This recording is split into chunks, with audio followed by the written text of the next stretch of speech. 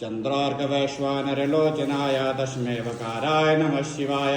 यक्षे स्वरूपाय जटाधराय पिनाकहस्ताय सनातनाय दिव्याय देवाय दिगम्बराय तस्मै यकाराय नमः शिवाय।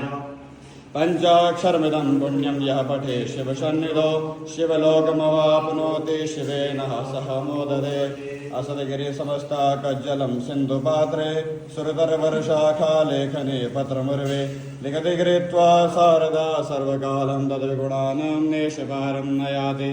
नमामि शमीशाननिर्वाणरूपं विभुं व्यापकं ब्रह्मवेदस्वरूपं निजं निर्गुणं निर्विकल्पं निरेहं चिदाकाशं आकाशवासं भजेऽहं निराकारमोकारमूलं दुरेहं गिराज्ञानगोमेतमीशं गिरीशं करालं महाकालकालं कृपालं गुणागारसंसारपारं नतोऽहं तुषारादिशङ्काशगौरं गभीरं मनोभूतकोटिप्रभाश्रीशरीरम् स्फुरन्मल्लिकल्लालिनी चारुगङ्गालसद्भालभालेन्दुकण्ठे भुजङ्गाचलदकुण्डलं सुव्यनेत्रं विशालं प्रसन्नाननं नीलकण्ठं दयालं मृगाधीशजनमं वरं मुण्डमालं प्रियं शङ्करं सर्वनाथं भजामि।